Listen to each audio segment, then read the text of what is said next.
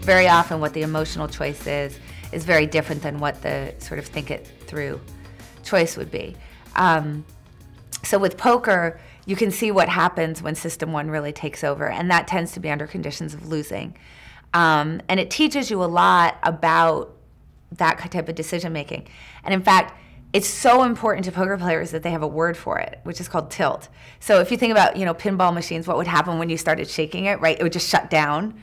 That's kind of what happens to your brain when you start shaking it like that. And so it's such an important concept to poker players that we call it tilt, or being on tilt, or another thing we say is steaming.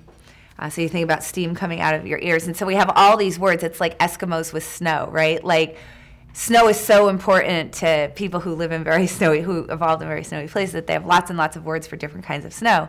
And we have these special words that apply to emotional decision making. And you can learn a lot about how to avoid that, and how to overcome that kind of thinking, what different types of emotional decision making you see. I think that's one place that poker really informs that decision making process.